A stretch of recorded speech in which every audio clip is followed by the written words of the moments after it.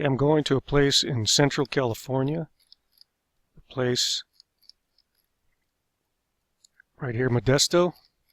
And the specific place I'm going to in Modesto is right here on this street.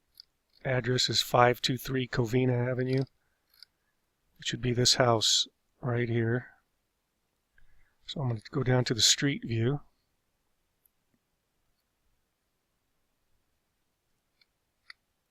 And it's this house I want to look at. This is the house where Scott Peterson murdered his wife, Lacie Peterson, who was 8 months pregnant with their firstborn child. They knew they were going to have a boy. They had already named the child Connor. So it was in this house where he murdered her and essentially murdered his unborn child. The last time anybody saw Lacie was December 23rd, 2002, and she was reported missing December 24th, 2002, Christmas Eve. When her body was found 4 months later, she was still wearing the clothing that she was wearing when people saw her on December 23rd, 2002, which highly suggests to me that she most likely was murdered in the afternoon or the evening of December 23rd, 2002, and then Scott Peterson wrapped her body up in a tarp and tape, and I think he may have taped a bag of cement to her body, and then put her in the back of his truck or the back of his boat and drove all the way to the San Francisco Bay to dump her body. Now I'm going to show you here. You can see this is the house. It was on all the news clips. And here's the address, 523 Covina Avenue. So what I'm going to do is exit street view here. I'm going to go to the sidebar. We're going to get some directions. I'm going to type in the address, 523 Covina Avenue, Modesto, California, and we're going to go to the place where he dropped her body off, which is the Berkeley Harbor, or Berkeley Marina in California. And let's see here. It's going to take a few seconds. I'm going to turn this off for now. So there we go. We're getting the directions. You can also, real quick, I'll show you that with this sidebar, you can see that the distance is 87 miles, or almost 90 miles, 87, 88 miles, and it took an hour and 30 minutes, and that's assuming he took the shortest route. He could have gone up this way, or he could have gone out through this direction here. Now, let's go over here to the Berkeley Marina, where he dropped her, where he loaded his boat. So he had to drive all the way to here, to the Berkeley Marina, go up around here, and get into this area, because these are the only two places where you can launch boats. So he launched his boat down one of these boat launches, and according to what he told the police, he said that he went out fishing about 2 to 2.5 miles in a northwesterly direction. So what I'm going to do is I'm going to take this ruler, let's move this over here, and I'm going to measure from here, let's move this down here. I'm going to measure from here out this way about 2.5 miles, which is roughly right here, and he said 2 to 2.5 miles, so let's split the difference. We'll go 2.25. So right about here, roughly, that would be a northwesterly direction. Now I'm going to save that. So you can see here that he went from the Berkeley Harbor roughly to about in this area, dumped his wife's body overboard with their unborn child still in her womb, and that was December 24th, 2002.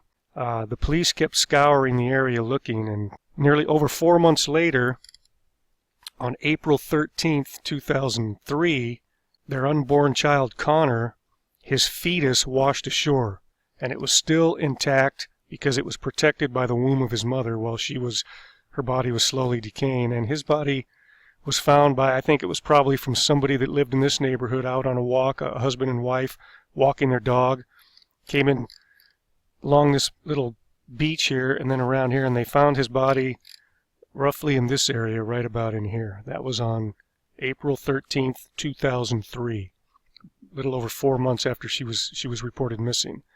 And then the next day, April 14th, 2003, Lacie, the mother, was found right in this exact location,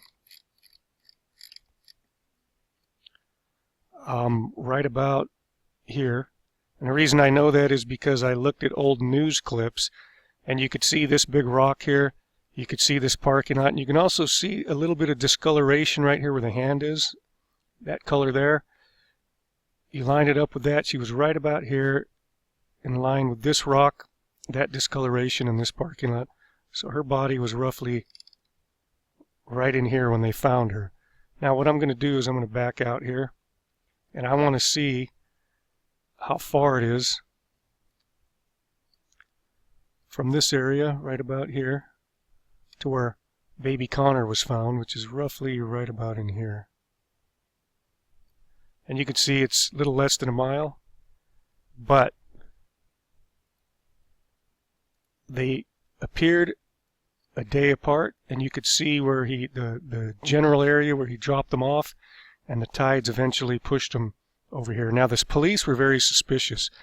They were pretty certain Scott Peterson had murdered them, but they didn't know for certain. They needed more evidence. When these bodies washed up, they knew that he was it, but they were waiting for confirmation for the DNA. They knew that they were pretty certain this was Lacie and the unborn baby, but they needed DNA confirmation, and as soon as they had DNA confirmation, they went to arrest him, but he was gone. He was all the way down here in La Jolla, and they finally did meet up with him. They caught up to him, and they caught him and arrested him right here at the Torrey Pines golf course when he turned into the Torrey Pines entrance right here. And after scouring one picture to the best of my ability, I'm about 100% certain that his car was pulled over right about here, and he was arrested right here. And the one picture that I was looking at, it's taken of the back of the car from about this location here, pointing in this direction.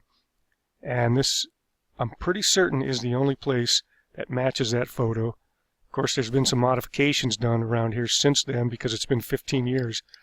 But pretty sure this is where he was finally picked up, right here where the hand is, at the Torrey Pines golf course. Now, of course, they took him back to Modesto. They tried him.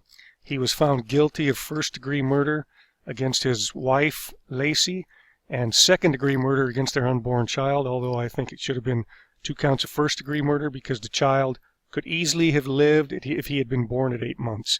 So as far as I'm concerned, he planned to murder 2 people, which is 2 counts of first-degree murder, in my opinion. Now, ironically, he was convicted and sentenced to death, and he is now waiting in death row, ironically, in San Quentin, which happens to be right here, northern end of the little further north in the San Francisco Bay, and you can see he is overlooking the bay where he dumped his wife's dead body, Lacie, and their unborn child, who eventually washed up over here and over here. And out of curiosity, he is only, let's see, from San Quentin to the location where he dumped his wife's body is approximately 8.5 miles.